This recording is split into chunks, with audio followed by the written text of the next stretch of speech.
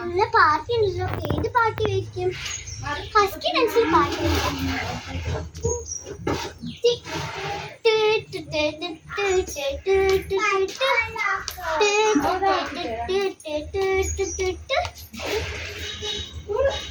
എന്താ മുത്തശ്ശി ഈ വഴിയിലൂടെ? ഞാനൊന്ന് നടക്കാൻ ഇറങ്ങിയതാ.